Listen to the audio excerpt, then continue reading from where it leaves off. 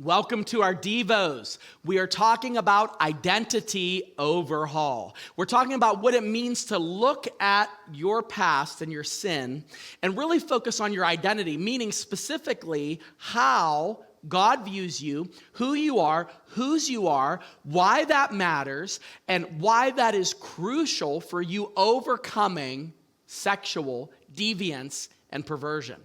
And today, when we are tempted to be crushed by the unbearable weight of failing and by the unbearable weight of saying, I have these sexual desires and I sometimes give into them and I give into lust and I give into perversion and I don't believe that my identity is, as you say, it's not about Jesus, but I'm a part of the LGBTQ community and I'm a part of this ideology and this is who I am. And we start to let our identity be eroded by that, and we feel like we're too far gone to ever go back to God. This is what I want you to keep in mind. You have to focus on the Father heart of God. You have to focus on the Father heart of God.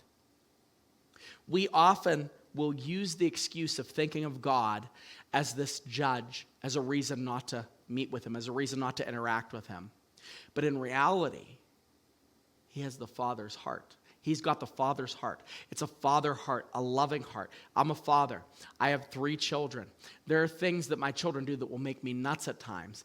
But at the end of all of the trauma, all of the tears, all of the things, I will look at them and say that this is my child. This is my child. I want them to always come back. I want them to know that I'm there for them. I want them to know that I love them. I will pursue them. I will pursue them to my own hurt to make sure that they know that they are loved, that they are cherished, that as they are mine and they are honored. And I will do that even when they're doing the wrong thing. They are accountable to me for doing wrong, but they still are my children at the end of all of the wrongdoing. And if I, being a wicked, sinful person that I am, have that mentality, how much greater do you think God's father heart is compared to our own? It says in 1 John chapter 3, verse 1, see what kind of love the Father has given to us, that we should be called the children of God, and so we are. If you ever doubted God's love for you in a unique way, focusing on the fact that you are called a child of the living God, that you are called a child of God, that you are called a child of the King, despite your sin, despite your past, despite your misdeeds, but because of the death of Jesus Christ and because of his resurrection, it's impossible to doubt his heart.